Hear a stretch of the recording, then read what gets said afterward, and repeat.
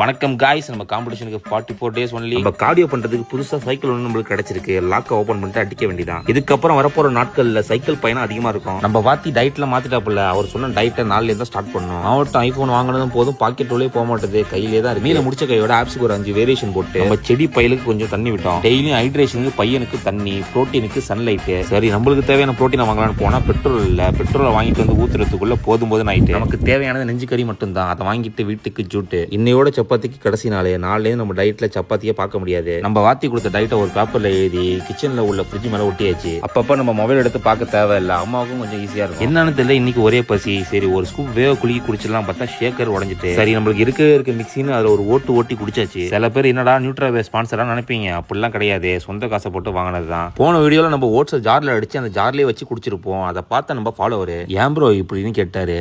ஒரு அசிங்கமாய் போச்சு குமார். நல்லா பாத்துங்க, உங்களுக்கான பதிவு தான் இது. 50 ரூபா கொடுத்து புது கப்பு வாங்கிட்டேன். நம்ம அன்றாட வாழ்வில் புதுசா இது ஒன்று ஆட் பண்ணியிருக்கேன். The wealth money cannot buy அப்படிங்கிற புக்கை படிக்கலான்னு ஸ்டார்ட் பண்ணியிருக்கேன். இதோட ஆத்தர் பார்த்தீங்கன்னா ராபின் சர்மா.